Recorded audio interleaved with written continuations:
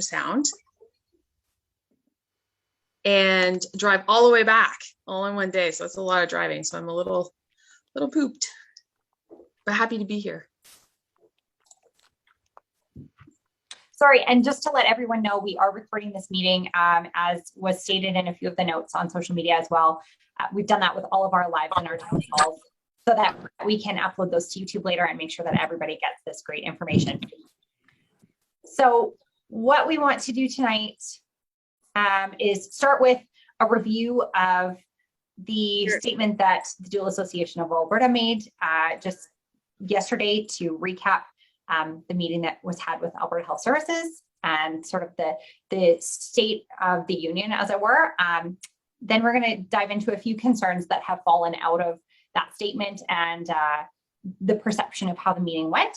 And then we'll take your questions. So if at any time you have questions, you can just fire them away in the chat so that we know that we want to address those either through the course of discussion or once we get to the end. So I'm just going to recap for you the statement that was made yesterday. The Doula Association of Alberta met collaboratively with stakeholders from Alberta Health Services and the Alberta government to discuss site access for doulas at acute care sites across the province. And in summary, at this time, there will be no exceptional change to the number of designated support persons at Alberta Health Services acute care facilities. Given the declining case counts, hospital admissions, and ICU loads across the province, and the increasing vaccination rates, Alberta Health Services expects that they will reinstate the standard maternity policy of 2 designated support people across all acute care sites within the next 2 to 4 weeks. There was no defined date. This policy change is not in any way tied to the provincial Open for Summer plan and doesn't necessarily coincide with any specific reopening phase, including stage 2, which is now initiating on June 10th, we know as of today. So it will not necessarily coincide with any reopening phase. And as per public health protocol, Alberta Health Services must absorb a full incubation period after any change to restrictions before adjusting the protocols again. There are also several outstanding site outbreaks that are currently being addressed, and those outbreaks can be found on the Alberta Health Services website. Any upcoming change to acute care site visitation, so once that 2 DSP support people policy is reinstated, is going to be communicated directly to the Doula Association of Alberta and other birthwork stakeholders like regional or local associations across the province in real time to ensure that all perinatal care providers, including doulas, have access to the same policy information. So this is new. That had not happened in previous pandemic times. Alberta Health Services has also committed to continuing policy conversations around doula support outside the context of pandemic emergency response teams. So the teams that have been met with to this point were emergency committees, and we are going to continue our meetings with Alberta Health Services outside of the pandemic response in order to create uniform understanding and access in the future. So what this will look like is a joint task force, including Alberta Health Services representatives and or physician leadership from each of the 5 healthcare zones will participate in these conversations, as well as independent birth workers from across the province with leadership by the Doula Association of Alberta. The DAA was acknowledged as a respectful, professional, and evidence-based partner who is bringing good information to the table with Alberta Health Services, and was requested to coordinate the involvement of the birthwork community, but not necessarily directly from DAA membership. The Doula Association of Alberta intends to use future conversations with AHS to uplift the role of the doula in the context of hospital sites and to increase collaboration and mutual respect.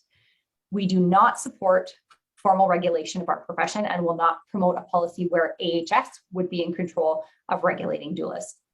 Obviously, we are all disappointed that a specific exception could not be established at this time, but we look forward to continuing conversations with Alberta Health Services in the future to support professional practice standards and family-centered care in the long term. So I'm going to toss it to Tayla now to address some specific concerns that have come out of those statements. And Lindsey, we just have some people in the waiting room. You bet. I'm going to catch up on admitting those right now. Thanks, Tia. Perfect. Thanks, Lindsay. That pretty much sums up exactly what was discussed in the meeting. I think just to add, if everyone could make sure that they're muted when they come in, that'd be great. So I think to add a little bit of a more like personal piece to that is that all of the members that we met with from AHS were very humbled, and they expressed their gratitude to us for meeting and educating, and it was really uplifting, and it was refreshing to have all of these really important medical professionals be like, thank you, we didn't know what we didn't know, and now we do. And so talking specifically about this committee that they've suggested. So initially, yeah, we were a little bit shocked that they weren't going to change the policy right away. I think that it is exciting that in the next 2 to 4 weeks, the hope is that we can return to work in Alberta. But what really settled in was that after they initially said that, we were like, oh, that's not what we wanted to hear.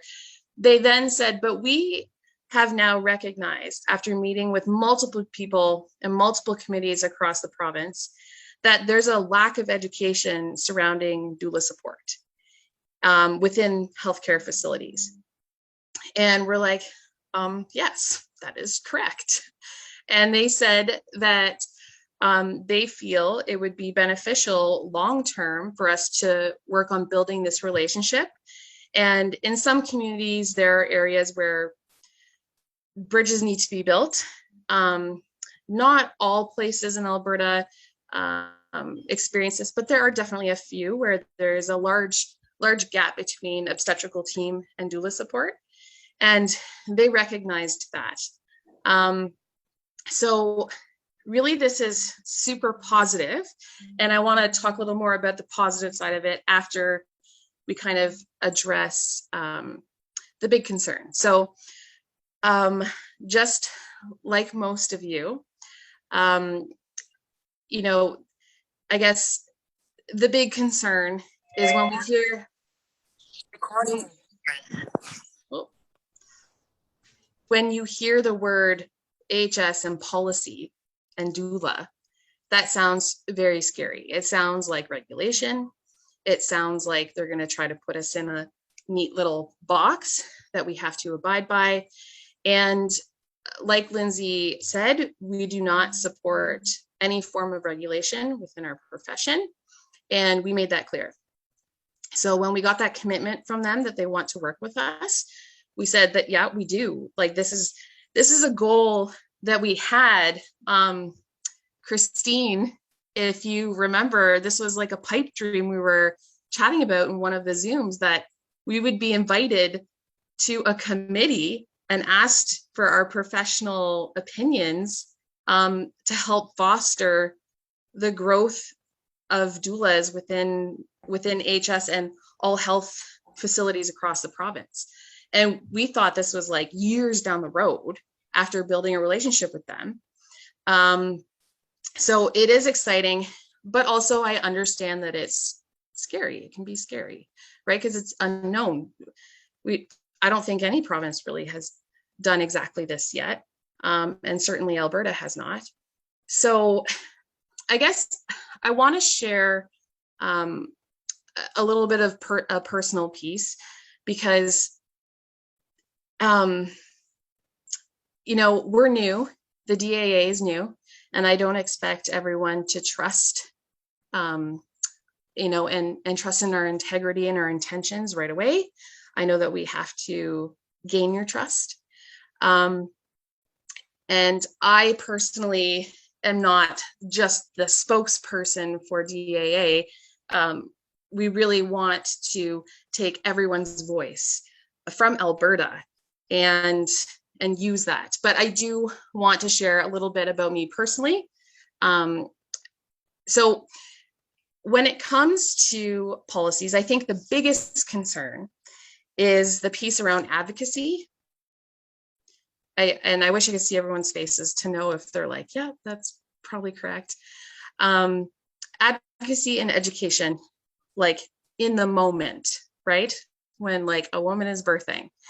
And so, you know, is there fear that AHS would say, you know, in some sort of policy that OBs or midwives or nursing staff, whoever it is, AHS employee, does not want us interfering with their job in terms of us advocating for our clients and sharing education, like in the birthing room. And so I personally have been, I guess I would call myself like a survivor of obstetrical abuse, personally. And I am a doula who has been kicked out of hospital rooms on numerous occasions, for doing what I felt was right and advocating for my clients. So I don't want anyone to feel like we are going to be in this committee and just agreeing and handing over all of Alberta's doulas saying, yeah, okay, we'll agree to this policy, and this policy will include making sure that doulas can't advocate or speak up. So I just wanted to share that personal piece so that you understand that about me personally. And I'm excited to hear everyone's thoughts and questions when we're done chatting here, because I'm sure there will be more and I'll have more to say. But that was a big piece. And I just want to assure everyone that we take that very seriously. And we are honored that they asked us to be a part of this committee. And we'll talk about the committee. But we do take it seriously. And it's easy for me to say, please trust us, try not to be afraid. We're not going to just hand you over to AHS. But I am asking you to trust us a little bit. And I hope that we can build that trust with you asking questions and being involved and so on and so on. The other concern, I think, was that this meeting happened on the 3rd. And then I think on the 3rd that day, some information was shared, and it was a little bit conflicting to what the DAA shared. And so again, that trust piece comes into play. So we all three of our members took notes, and we put those notes together. And I think that there were a lot of things said in that meeting, but none of it was this is what we're going to do, or this is what we think. It was a lot of, do you guys think that you maybe want it, like a semi-regulation a thing? And it was discussed, but nothing by any means was agreed upon in that meeting. And we made that very clear. I talked about how when they invited us to the meeting and then said, we would like you to head it and bring on some people to form a committee of about 5 doulas, and then we will bring AHS people to form this committee. I made sure to tell them that that we'll need to have people that are part of this committee that are not with the DAA and that have varying opinions and thoughts, so that we can support all birth workers in Alberta, not just the professional doulas with the DAA. So if anyone has concerns about the information that was posted from us, we can chat about that definitely, like once we're done here, and ask questions. So I think that's all I wanted to share about the big concerns, and I feel like the conversation is going to happen, and we're just going to chat about it now. But also, so the committee, I know the thought is, okay, well, who's being picked for this committee? And the DAA does not want responsibility for choosing who is on this committee. And like I said, I think it's important to have many points of view, many different types of representation. And while we can't have like 10 people on the committee, we are looking for a few people, and we thought that it would be most inclusive and effective to do a vote, a provincial vote. So we are going to, and Lindsey, hopefully you're not muted so you can jump in when you want. I'm here. Okay, we're gonna do like an election, so you can elect yourself. You can elect someone else that you think would be great for the position, and then we're gonna create a Google form with, you know, where you're from, your name, a bio, why you think you would be great for the committee, so that people can read it when they vote. I'm just going to interject really, really quickly here. It won't Yeah, be a thanks, Google Tia. form. It'll be on our website. Okay. Yeah. Thanks. Thanks, Tia. This is all happening so fast that we don't have all of the logistics, but we are going to have it. So please, if you don't follow our social media, please do so. We will try to email. Obviously, we're going to have contact with our members, but people who aren't our members, I mean, we don't have everyone's email, so we will do our best, but please follow one of our social media so that you can be informed on the details. We're really going to need the help of you on social media and with doulas that you know, and our local associations on the ground to help distribute this information. And the next thing, which Tayla was probably coming to, is a timeline. We want to make sure that we are rounding up this task force or this subcommittee very quickly. It just kind of gave us a timeline on when they would be ready to reinitiate conversation, and we want to make sure that we're not lagging on that. So we are looking to have nominations, and these can be nominations of someone else or a self-nomination, opening Monday, June 7th. So that's this coming Monday. You should see something on social media. We will do an email to our members, and there will be a submission or nomination form open on our website. And those nominations are going to close Friday, June 11th. So they're only going to be open for that work week so that we can spend the weekend compiling the biographies and the submissions of people who have been nominated, make contact with people who have not self-nominated, have nominated someone else, and make sure they want to accept that nomination, and then distribute that information for voting. And we would like to wrap up that vote so that the committee can be finalized, those positions can be accepted, and that will be announced to our membership and to the doulas of Alberta publicly by Friday, June 18th. So this is going to be a very quick turnaround. If it's something that you are interested in for yourself or another doula that you might know, you're going to want to initiate those conversations this weekend so that by Monday, when that nomination form opens, you're ready to submit all the information that's going to be required, which won't be onerous, you know, a short biography as well as contact information, because we want to make sure that we are keeping this top of mind with AHS.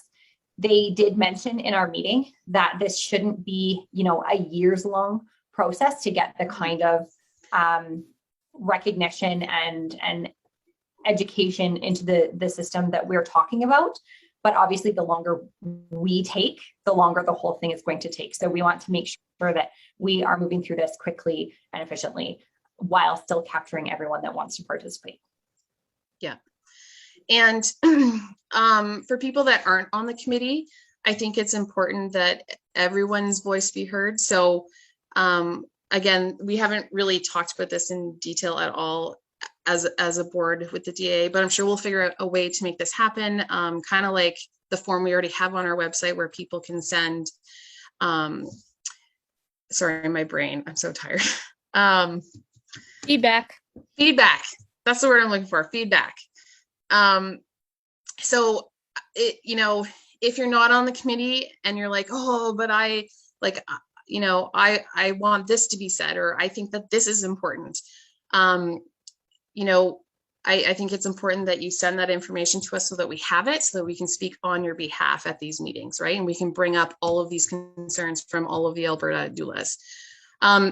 So talking about the positive, I hope that everyone is super excited about this because it's a huge deal. It's huge that they, first of all, recognize this as an issue that needs to be fixed long term, and that they're willing to foster that. having this opportunity to sit on a committee with AHS and with OBs and nurses and midwives and educate them and come together to not necessarily create a policy. It doesn't have to be a policy. It could be just documentation. It could just be some form of educational piece. Their comments within the meeting were very much tied to, I won't even use the word scope, because I know that has been a point of contention within our community as well, but understanding, a confirmed understanding of the role a doula plays in the room. So that's what they are looking to do with physicians and nurses. And Tayla, I'm going to just pause you there. We've got a couple questions and comments here in the box related to the committee. So one of these from Rachel, who I know is in Calgary, is, will consumers be part of the committee? I think that's really necessary. Alberta Health Services never requested that we pull together consumers, but as a start, I think that ASAC could certainly be involved. We know that they have done previous studies or surveys of consumers that could be submitted into this. And maybe there's an opportunity for a focus group once the doulas and AHS collaborate a little bit on what some information could look like. So I think we can certainly take that feedback that the consumer voice should be heard. And again, that confirmation of understanding of roles and collaboration within the room from the consumer side could play into this as well. Tayla? Yeah, I agree. Okay. And Asha says here, I'd like to suggest an idea how to get a committee put together. So if you want to go ahead and unmute, we'd love to hear. It's funny because you kind of hit on one of them. The only thing I was wondering, so we need 5 people. Have you guys thought about approaching the Indigenous, like Alberta, a member from, so asking them if they want to nominate one of their own members. So someone from Indigenous Alberta, someone from ASAC. I don't know if you guys are super aware yet, but there is a new not-for-profit called Birth Society, and they're hoping to also represent a lot of like this marginalized community. Yes. And then, like you said, like a parent. So if you have one member from DAA, one from Indigenous Alberta, one from ASAC, one from Birth Society, and a parent, I wonder if that would technically cover all communities, right? Because you have DAA, which are people who have asked to be a part of the society, and then the others that I mentioned. And if that would even just streamline your choices, and then if any of them decline, then you could grab someone from a different organization that we don't know about yet. But then I wonder, because I feel like that would almost hit all the people who would want a voice. And then if there's something that somebody else wants to talk about, depending on who their membership is through, they could go to that person. So then it takes a lot of responsibility off of GAA to go through all the work of like this doula wanting this and this doula wanting that, because some will resonate with ASAC based on how long they've been around and what they work on. And some would only speak to, say, maybe Indigenous Alberta or Birth Society. And a parent might have something like you said. So I'm just wondering if like that would be too much work already, but if it would maybe make your guys' life easier. Yeah, and Asha, like that list, I wrote that right here. It's chicken scratch, but initially that's exactly who I wrote down. Yeah, great minds think alike. However, they specifically said that there is a separate Indigenous committee. And they said that they want that to stay separate because like aunties aren't doulas, right? And so I had asked them to put together that information so I can pass it on to Nadia at Indigenous Birth. I don't know if she already has it or not. I haven't had a chance to talk to her yet. But I'm hoping to just foster that for them and just give like, here you go. And so AHS said that they would see progress specifically with this committee through AHS. And then they made the comment, so having a parent, I mean, these are all, they seem very open to, like, it's not, it doesn't sound like it's going to be this and this and this. Like, it was kind of like, oh, well, let's chat about it. The comment that was made when we started talking about what that could look like, and Tayla directly asked, well, can we be involved in that process? Would you do it behind closed doors without us and then put that on us, or would we be involved? And the response was, no, it's your business. We're not going to tell you about your business. Of course you're going to be involved. It's going to be led by your voice. And that's like the exact wording she used. Yeah. And so something that we discussed a little bit with Tia, who's going to be building our nomination form, that I think could play into this is Indigenous doulas aside, or Indigenous birth workers aside, because they're going to, have their own side conversation. I think as part of our nomination process, we can certainly include a field where you can identify different communities, so to speak, that you are a part of. And maybe that means local or regional memberships, but maybe that also identifies with different, non-member, but community-based associations, so that we can categorize people as they come in and say, okay, now we've checked the box for diversity and inclusion from these different groups. And I think what I'll jump in here and say, because I think this hasn't been like explicitly outlined yet, is that when those sort of like explanations as to like what makes this person, like whoever's nominating them, what makes them suitable for the role, that, and we have this written already on the form, but that will be shared publicly with the voting. And so really, when it comes down to the formation of this committee, it's going to be the community making the decisions, right? Not DAA and not any sort of one interest group, nor would it necessarily make sense for us to decide like on quotas that we don't necessarily know reflect the wishes of the community. And so that's, I think, where the nomination process, as much as it will be a little bit more of a headache for us, is the best way to ensure that the community's voice is being represented, rather than assuming that we know what the community wants.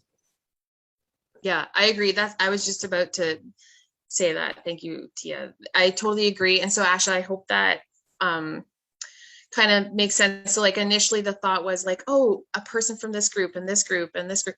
But that's our minds thinking that, and it's not Alberta choosing that. So like Tia said, I think it's best to let everyone choose. And I'm assuming that hopefully some of those individuals are nominated or self-nominate if they feel inclined, and then people can vote.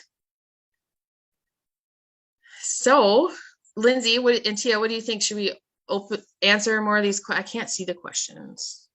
I've been keeping an eye on the chat box, and I don't see any more outstanding questions here. But if anybody else wants to raise their hand, unmute, or type something in the box, we're happy to answer. Or just like thoughts. We'll have a discussion. Yeah, I might just add one thing before we jump into that. There was a comment here that Indigenous birth workers need to have a group have a seat at both tables. And again, I like by no means is there like Indigenous doulas are not allowed on this committee whatsoever at all. So that is, I just wanted to make that extra super clear just in how we're having this discussion, that if an Indigenous doula feels that they want to be a part of this, or sorry, an Indigenous birth worker feels that they want to be part of this community and they want to be on the committee, like all the power to them kind of thing. Like there's not rules here. There's community sentiment being reflected. So that's just one thing I wanted to add. Mm-hmm. Is anyone excited? Or is there a lot of fear? Oh, Ashleen just put in the comments if there's a title for this committee. And I will also say I am personally very excited. I think the conversations that are going to result from this in terms of like, again, speaking from my personal perspective, I hope there's a discussion about what we witness in terms of evidence-based care being a luxury. So I think that's I don't know, that I can talk about that for like 8 hours, but I'm excited about that. I feel like we all could. I feel like that's embedded a little bit in all of us. And yeah, that's a big piece that excites me. Not to throw my community under the bus, but our hospital policies are old as dinosaurs, and that causes issues when people don't agree with policies. And then, that puts a lot of heat on the doula in the room.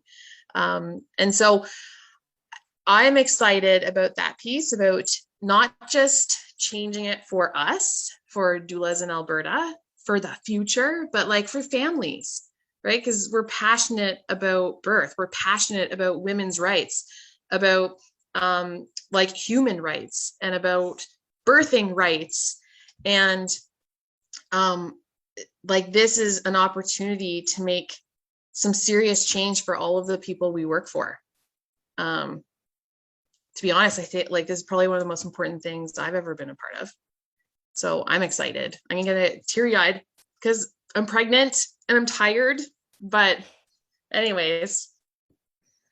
Yeah, and I think the conversations around scope are going to lead to that, right? Or whatever we want to call it.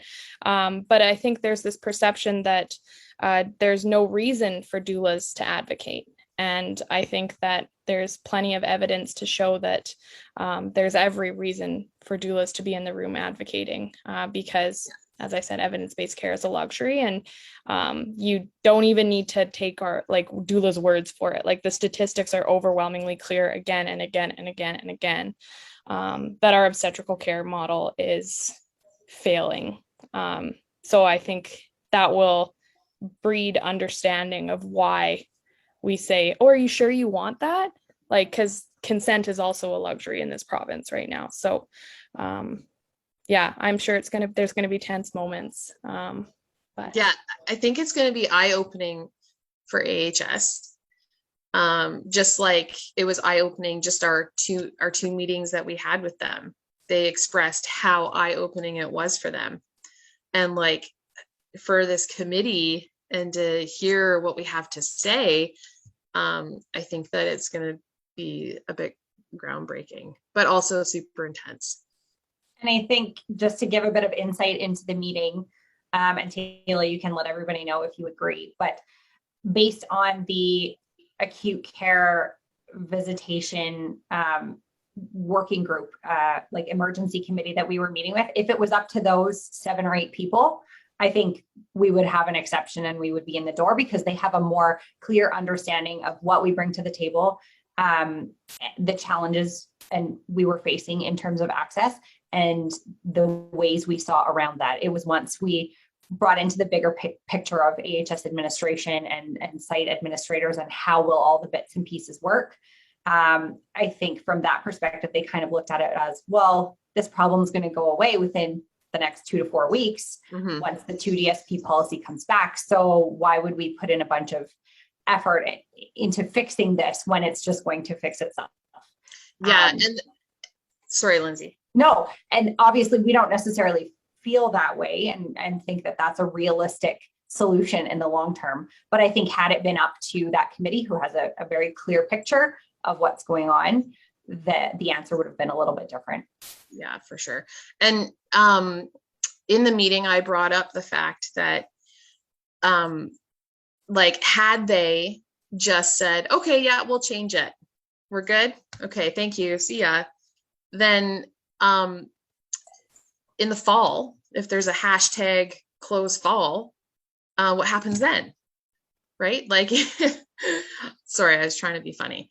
But in seriousness, with the fluctuations of the virus, hopefully critical care numbers stay low because of vaccinations, but there's a lot of unknown, as we've learned over the past year and a half. So I mentioned that to them and they said, yeah, and that's exactly why we think that building this committee is going to alleviate this problem for you in the future. So within 2 to 4 weeks, we're hoping you can get back to work. And then she kind of threw out a couple months for us to start up this committee and get the ball rolling. And that will be our future. So I while it was disappointing initially to not hear them say, oh, you can announce to everyone they can go back to work, next week. This is the bigger picture. And I feel super positive about it. I think that it's like a silver lining that has come from the shittiness of COVID. And hey, sorry, it's Millie jumping in with like no audio or video, sorry. But I am detained. But I just wanted to say, first of all, thanks everyone for taking time to come this evening to hear this. And thank you also for the trust that you're putting in to us with going into these meetings, and also just building our organization. And like Tayla just said, this is the future for birth workers in this province, and that this is just the beginning of building these relationships, and where we've had all of these separate local associations and different smaller groups and associations and societies. This is an opportunity for us to come together and really change our world. So I just wanted to come in and say that. And Tayla, I'm also emotional and tired. So don't make me cry. But I hope to see you all soon. Thanks. I needed to jump on, but now I need to retreat again. Have a wonderful night, everyone. Thanks, Millie. Tayla, I'm going to pop back to the chat questions here. Christina's asking, did AHS say anything about how they will communicate any info or changes to their hospital staff? Just wondering if the changes everyone is working so hard to make will reach the rural communities. And Christine, I can tell you that this was an issue that I identified during our meeting with AHS, not necessarily with respect to the rural communities, but just for many, because as we've seen over the past 6 to 8 months, as they relax the policies and then increase them again and pull and let go of the reins, the trickle down of communication hasn't necessarily happened. Staff on different shifts or even within the same shift don't always know what's happening. And so the fact that they were willing to provide us with a direct and real-time copy of the communications that are going to be sent down to site administration to be distributed to all staff within the hospital, that's a big change, that we will have a copy of the communication that has been sent. So that's a really great reason for everyone in this call and all birth workers in the province to be a part of, I won't say DAA, but some sort of birth work association or regional group, so that you are going to be tied into that communication process and receive a copy of that.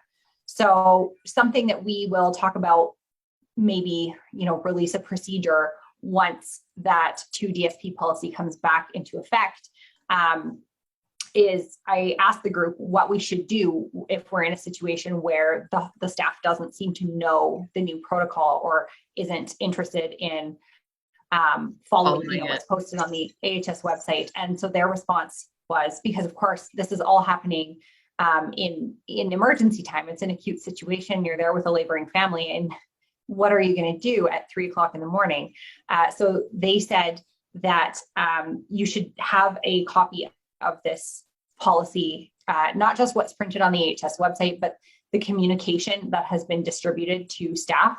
And then if the triage nurse or whoever you're working with for access is not willing to play ball with that, then you would escalate it to the on-call site or unit manager. So I think as that policy comes back into play, we will develop a process for where you can find that documentation and a kind of script or a conversation that you would follow, so that you can ask for the right people to help you get access. And the one person that was kind of leading the meetings we had, he did say that while he's not going to be a part of the committee moving forward, that in the meantime, if we do have any issues, if things come up and we need to contact him, that we can. So most, I'm hoping that like the timeline would work out, that we always have direct communication with someone if need be. Obviously, we can't email them in the middle of the night saying a doula at the Grey Nuns can't get in. But we can compile that information if we're seeing a pattern of something happening, like, oh, this hospital isn't following the new policy, then we can share it with someone who can do something about it. Yeah. And as a follow-up to that, Tayla, we've got here from Alex. If we, and I know you'll identify with this, if we work at a hospital that is against doulas, is there a way to ensure that they get the information and follow it? Can the committee advocate for specific sites? So I think the committee, the work the committee is putting in will not necessarily impact access in the short term. But in having that communication directly from AHS, that has been also provided to the sites, you'll be able to hold it up and show them, directly what the communication to their site has been. And I think in the longer term, can we advocate for, more collaboration or education with specific sites? That's probably a yes. Tayla? I think that's the whole point. It's not just for, like, it's all of Alberta, but most certainly, like I said initially, there are definitely areas, and we have an idea of which ones struggle a little more than others when it comes to like a respect piece between, the obstetrical team and doulas. And that's something that AHS voiced. They said, we've met with this zone, this zone, this zone, and this is what we've heard. And I was like, oh, I know who you chatted with. And so I'm super excited to foster relationships and do that education piece, because I think, quite honestly, that's where those bridges have been burned, is that the advocacy education piece and healthcare provider old policies or just any policies not working together, and then that creating that disconnect. So I'm hoping that when we meet with AHS, whoever this committee is encompassed with, that this is going to be part of the focus, is educating all of these AHS staff people. Yeah. So And Tayla, if I'm able to, go ahead. Yeah. were we both gonna? Oh, I was just gonna say, Asha just put a comment in the chat here, and I think, correct me if I'm wrong, Tayla, but just to try and act as like a third-party translation, my understanding was that you were saying the exact opposite, is that you personally feel incredibly strongly that doulas must be able to advocate. And so I don't know if you can speak to what AHS specifically said around that, but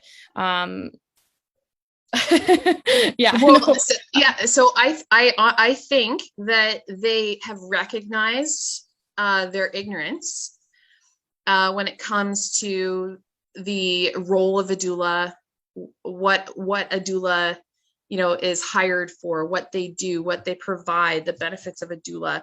They, of course, because they're healthcare professionals, would use the word scope. We could use standards or guidelines or whatever we decide on. I think that they just don't know. I don't think they know. So if we meet with this committee and we say, well, did you know that a part of what a doula does is advocate in the birth room and share education in the birth room, in the moment, when things come up, when things arise, making sure that their birth wishes are respected, that they feel safe, that they feel heard, that they have opportunities to ask questions. Like, I don't think that they know that, to be honest. And I think that they are open, very open to learning that and doing something about it. And that is what is exciting. The fact that they... Oh, go ahead. Sorry, no, go ahead, Tia. I was just going to say, Asha, actually further to like a conversation we had on a Facebook group earlier today, I think too, we have we have a lot of like SOGC documents behind us, in the sense that the SOGC states very explicitly that that a physician is responsible for informed consent and is responsible themselves as the physician to make sure that a family understands. So if we say, well, if we're just like trying to make sure that that's happening, like we're just helping out, like, right? Like it's not like we're saying like there's clear documentation that says like informed choice and body autonomy and consent. Like those are not up for debate on paper, in the regulatory bodies that all of the obstetrical team answers to. So I think that's another piece too, that like if you approach it from one angle, it's like, oh, well, that's interference. And on the other angle, it's not interference. It's actually you're not interfering by asking somebody if you consent, you're clarifying, because if they don't, then that's the problem. Right. So there's a lot of like conversation topics there that I think actually lend to us having a role in advocacy quite clearly. I mean, sorry, hopefully we just get to a place where we don't need that, right? Like we're getting to a place where sometimes I listen to the birth stories, and like trauma, like Tayla said, is a huge part of who I am and why I'm here. And I just can't believe that like doctors and everyone just don't want to have that kind of empathy. So I mean, in the right perfect world, within a few years, this movement will just end up educating obstetricians in a new way of what's going on now that we understand the brain a bit differently with birth. But yeah, no, I always get so anxious around like the worst case scenario birth and what kind of disservice we do by following the scope, right? So, and I think that's why people are so anxious around the word the scope, but I don't think there's really anything wrong with having ways that we work. But yeah, that's just a whole thing that I keep getting caught up on is. But remember, we're making that. No, yeah, and that's what I'm saying is that like this is the joy of like what's happening based on like things don't happen just like I believe things happen for a reason, and there's like a pattern and a line. I mean, there's a whole bunch of societies that are being born, like DAA and Birth Society both came out within months of each other, and so I think it's meant to uproar. It's just making sure that we're also not being complicit just because then we're doing a disservice to our families by saying, well, we can't. And I know that's not the intention. That's just what I'm trying to educate myself more on is like, where does the expectations of what DONA has trained us or any organization that has a scope, and then the actual work and like the actual history of how a doula, like doulas were never meant to be quiet because they really came out when midwives were meant to be quiet. So this is how we got back in, right? So I think it'd be a huge disservice to families. Well, I know that we do 1,000 different amazing things. I just hope that one day we don't have to advocate anymore because our clients will advocate for themselves and people will listen to them, right? But yeah. And so the woman that is heading this, like from AHS, Lindsey, correct me if I'm wrong, she headed the committee for midwives getting into the hospital. Yeah, and certain nurse practitioners and different unregulated, formalized work relationships, if we can put it that way as well. Yeah, so I get the vibe from her that she gets it, you know? She identified, right off the top of her head, 3 or 4 unregulated, organized groups that operate within the hospital. And her specific words are, it's not a problem for you to be unregulated. We do that with other site guests or site support staff all the time. Mm-hmm.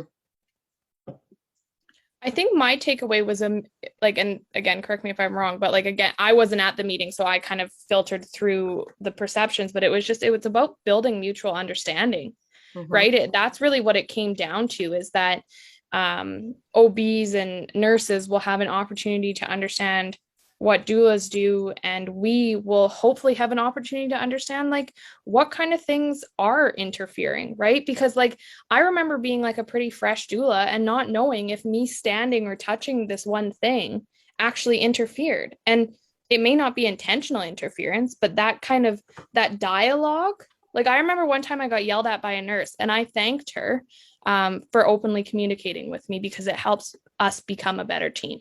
Because that's really what this comes down to, is like, what are your expectations? What are our expectations? Let's share them and collaborate and understand each other. It's not about saying like, as a doula, you're not allowed to disagree or something like that, right? Like, I think it's a much broader conversation. And Yeah.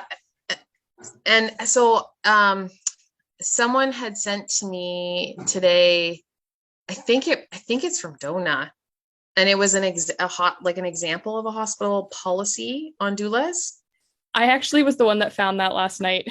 Did you? Anyways, I read it and I was like, no, like I can't even remember everything that was in it, but it said things like you can't take pictures of the perineum. I'm like, yeah, you can if your client wants you to. Can't take pictures of the breasts. I was like, excuse me, but anyways, so like I could see how, if you were to Google doula hospital policies and that pops up and you read that, I'd be like, that can't happen. Like, I hope that this committee does not let something like this happen. So I understand the fear part and getting like hung up on that piece. But it's not lost on me, and it's not lost on DAA.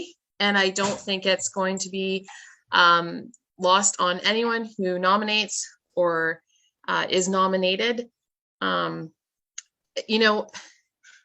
don't think that any of us have anything to gain, really, from bowing down to AHS and putting ourselves in a policy box. I don't think anyone here would have anything to gain from that. I honestly can't think of any reason why a doula would agree to that. So I hope that people come away from this understanding our intent. And I hope that we're starting to build some trust. And I hope that people trust this committee, and I hope that people want to be involved, even if they're not on the committee. Because there's a lot of change that can happen here, and it's up to us, right? Like Tia talked about how, like, it's not just going to be doulas with one AHS person and a pen and paper. It's going to be a round table of having like a couple of OBs, a couple of nurses, midwife, who knows who else we could open that up to, right, with conversation after the 14th, and then our committee, and coming to a really great understanding that is like fostered from the education piece.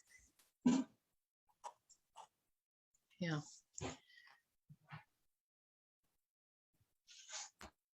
I'm not seeing any more questions come up in the chat. So if anybody has anything last minute that they would like to add, you can raise your hand, unmute, or throw it in the box so that we know that that is captured. I have a question. I don't know a lot of people here. My name is Ashleen. I go by she, her. Sorry, it's not. I am going to preface a lot of my questions with, I was just declined entering a hospital right now in Edmonton, Alberta. So I am trying not to be bitter and frustrating. I'm sorry if I come off sounding like an asshat. It's not really who I am all the time. But that said, so I know we've kind of highlighted like who is going to be making up these like this committee round table, like everybody that's going to be involved, and the timeline, it sounds like, for gathering our like birth worker side of the committee is soon-ish. But where do we see like, and I again, like I don't know the frontline biggest struggles in Calgary, and the frontline biggest struggles in rural, and the frontline biggest struggles even in Fort Mac. But I do know that, in Edmonton, there's oh, there's lots of OBs that blatantly screen their clients for like, who's your doula? What's their name? And so my concern, I think, with, and on and on and on and on. Like, we know all the stories. I'm sure everybody has shared experiences. I'm not here to nag on OBs, but I do fairly often. And so my concern is like, if this is going to take, let's say, a year to really, like, everybody sits at this table, everybody is talking about the important work that needs to get done. How long then do we foresee? And maybe these are just questions that we all need to be asking, and including when we're on this committee and existing, but how long until we see that trickle down effect from people with papers and pens at tables to, like we said, those frontline nurses who were like, I wasn't told you're allowed to be here. I wasn't, like, in the face of our clients. And suddenly, like Tayla said, we're standing in this space where we're like, I'm going to advocate for my client and prep to be kicked out of this space because this is the last amount of tangible advocacy I know that they're probably going to get. So I guess, I don't know. And that's kind of an elusive question. Timelines always make me nervous with an AHS because, like, for them, they're like, oh, don't worry, things will get back in 2 to 4 weeks. I'm like, I have a whole bunch of birthing people waiting. 2 to 4 weeks is not conducive to them having waited 16 months. So yeah, I don't know. Sorry. Maybe that's just something that can be flagged or scribbled down somewhere, that these timelines, like, need to be realistic for the people it matters for. And it matters more than for us that it does our clients. I don't know. Sorry, I'm done. Don't say sorry. No. We feel you. I feel you. Yeah. So maybe, Tayla, I'll start by saying the reason that we were invited to, create or sit on a new committee is, by the time the committee that we have met with to this point thought, yeah, this is a good idea. Why aren't we doing this? Or why hasn't this been addressed already? Took it to upper level management, and they said, okay, go get some input from different sites and the front lines. And they went and did that. And you can imagine the mixed responses they received. This committee went, whoa, this isn't a COVID problem. This is a pre-COVID problem that has been exacerbated by a pandemic. Yes. So they absolutely recognized that some work needed to be done on this beforehand. And then obviously we've gotten stuck for 15 or 16 months. And so I think the timelines moving forward, as you said, from pen to paper to what we can recognize within sites, that's definitely going to be a question mark. And it's going to depend on what kind of implementation, to what extent does AHS want to do this? And I think we certainly feed into that conversation. If they're going to be sending out a policy manual or a handbook that says, this is what a doula is, read it and accept it, are we going to see a lot? Probably not. No way. If it's going to be a more engaging process where, we have local doulas sit down or sit in Zoom calls like this with local nurses, where we have different kinds of, like, cross-pollination of education, I think there's going to be more of that, again, confirmed mutual understanding of who does what, who belongs where, and how we're all working towards a common goal within the same room and building. So I think that's probably on us to say, well, a policy manual is not going to make the difference to this problem. Yeah, I feel like that is how logically that happens will need to be discussed in the future with the committee. But I think that's been on my mind, right? Because it's simple enough to hand over a whole bunch of documentation stating this is what a doula does, this is, et cetera, et cetera. Is that going to change a 75-year-old OB who has been practicing a certain way and has feelings about doulas? No, it won't, right? Is he going to read it? Probably not. Are all nurses going to read it? Probably not. So being realistic about, like, bringing the reality of what we deal with to this committee, I think is important. That's that eye-opening piece I think they're going to see. And I got like 100 different stories I could share with them, because I get it. Like 1000%. And that's a real issue. And I think that, is it going to change overnight? No, but I think that we definitely play a very important piece in starting the process of having this change. I think too, the change we're talking about isn't going to be like not an overnight change in terms of how we make it, but it's not going to be something that's like passed down on one day and then effective another day, right? It's going to be like months and years long. And I don't think it'll be months and years long to get to progress, but I think it is going to be progressive, right? Yeah. So we might begin seeing change soon after the committee is formed. And then 6 months later, it'll be even better. And then we might hit a snag, right? So it's like, it's progressive. I like timelines too, but this one, I don't know if we'll ever get one. I think it's going to be a watch and see and work. Well, it really boils down to hospital culture, right? So some hospitals have cultures, that surrounds a disconnect with doula support. And then there's some hospitals that love doula support. And so changing hospital culture, I once had a conversation with Rebecca Decker about this, and she's been trying to change hospital culture for like what, 10 years or more.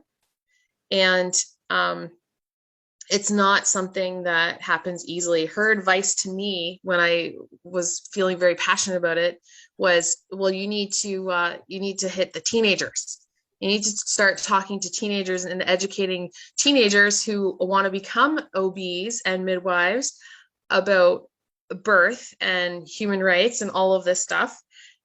So like, that's how long-term she is thinking, right? She's thinking like, the 7-year-old OB, like there's nothing we can do about that. We gotta start with the new generation. I'm still hopeful that we can work with AHS to create something that also kind of holds both parties a little bit accountable to that respect piece. Like it's disrespectful. Like I when you shared the story about doctors screening clients for having a doula, because we only have 4 in Fort McMurray, and 2 of them do that. And they tell them it's a waste of money. You should fire her. I don't want her there, et cetera, et cetera. And I have had meetings with these OBs to discuss how they can't slander me like that. And so like, sorry, I'm going off on a rant now. I don't even know why I started talking about that. I think the rant is reflective of the bigger picture as well. Yes. I think the biggest thing we can do too is, hard as it may be, create positive experiences, right? Those shared real experiences are going to tell the story going forward. And then that comes down to the more doulas we can get in hospital, the more respectful relationships we can display while we're there. And the more, not necessarily positive outcomes, but positive experiences we can help create will create a trickle up effect, if you will, right? People will remember how they were made to feel. Mm-hmm. And hopefully after they see, as per the WHO recommendation, 87 times on a birth preferences, maybe they'll learn what the WHO recommendation is. That's my secret hope.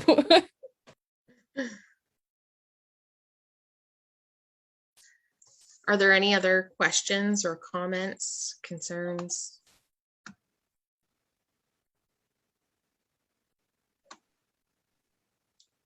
No? Did we answer everything? Lindsey, have you read through? Yeah, I think we've addressed everything that has come through in the chat. If there's anything that you are feeling uncomfortable about putting in the chat or comes up at a later time, you're welcome to send a Facebook message, Instagram message, use the contact us form on the website, or just send an email directly, and or get in touch with your zone liaison. So we have zone liaisons for each of your areas. They're identified on the website, and there's a way to connect with them directly as well, if you want that concern to come to the board anonymously or just be up for discussion as we move through into creating this committee and working together to create that mutual understanding with Alberta Health. Awesome. Well, it's after 9. I think that this might be a good time to say goodnight. I hope everyone feels excited. And if anyone is still feeling fearful, that is okay. Like Lindsey said, if you have concerns, you can somehow get those to us.